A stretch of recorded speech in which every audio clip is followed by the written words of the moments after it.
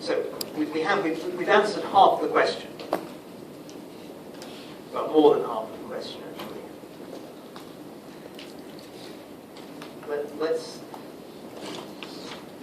write down what we know.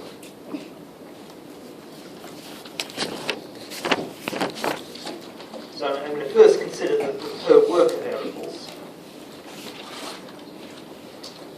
because we can read them directly off this graph.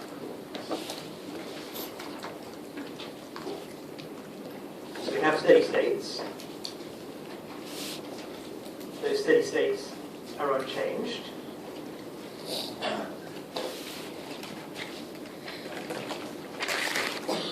Let's think of this as a reform to the retirement age. Or a reform retirement age. It's the change. It's a legislative change.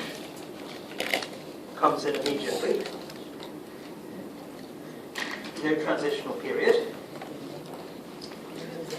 We know that's raised capital labor ratio. We know that we will return in the long run to the previous steady state. Same pattern, output per worker.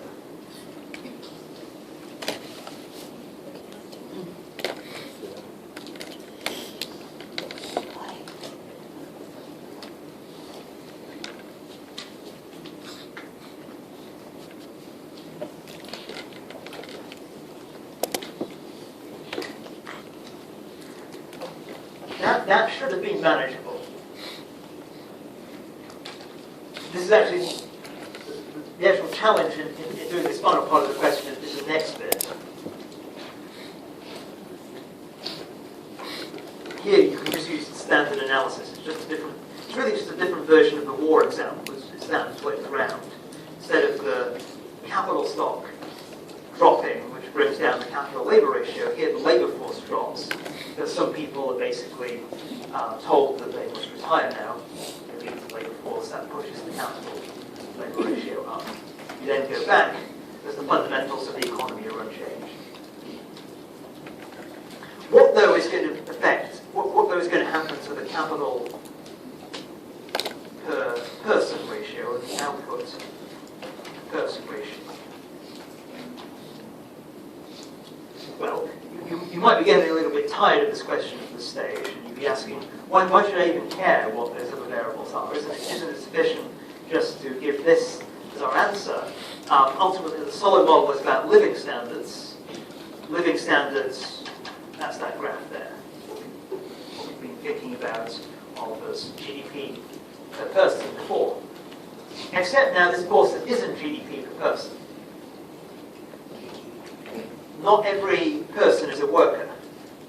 This is GDP per worker.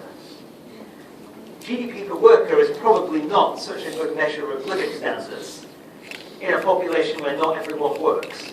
Just like in a family where not everyone works, family income, the average family income per worker is not probably a good measure of the family's living standards. What would matter is income relative to the number of people in the family. The same for a whole country.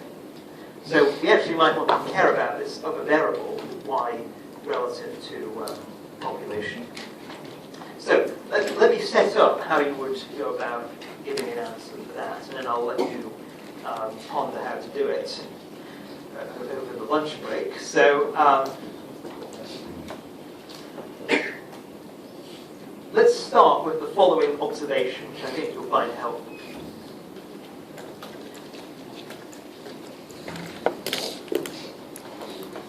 That was our definition. Total GDP, total population. Mathematically, that's the same as the following. Right? The L in the numerator, the L in the denominator cancel each other out. Why did I write it like that? Because that tells you that Y tilde, income per person, is the product of two terms. One, the participation ratio, L over N, and the other, output per worker. Why is that helpful? Because we know what happens to P by assumption. We know what happens to small y through our logic above. Likewise, for the capital stock, again, you can express that as the product of two terms, participation ratio and a capital stock per worker.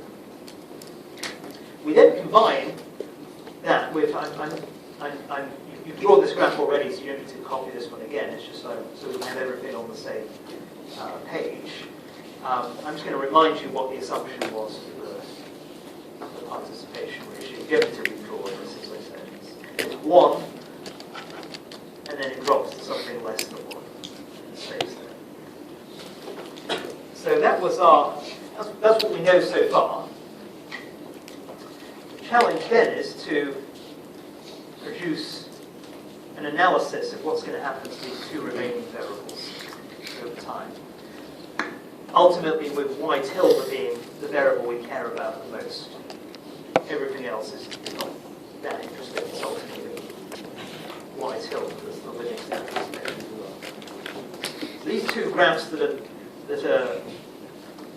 will complete our answer, that's what I want you to think about over the break. So, all the information you need, almost. You might also want to remember one other thing, which is where total output, GDP, comes from. It comes from capital and labor. You may also want to remember that. So, I think all the information you need to answer the question is there.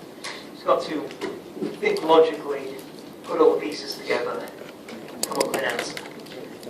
Suppose you're working for the government and the government minister asks you, if we bring in this retirement age, what's the impact on living standards?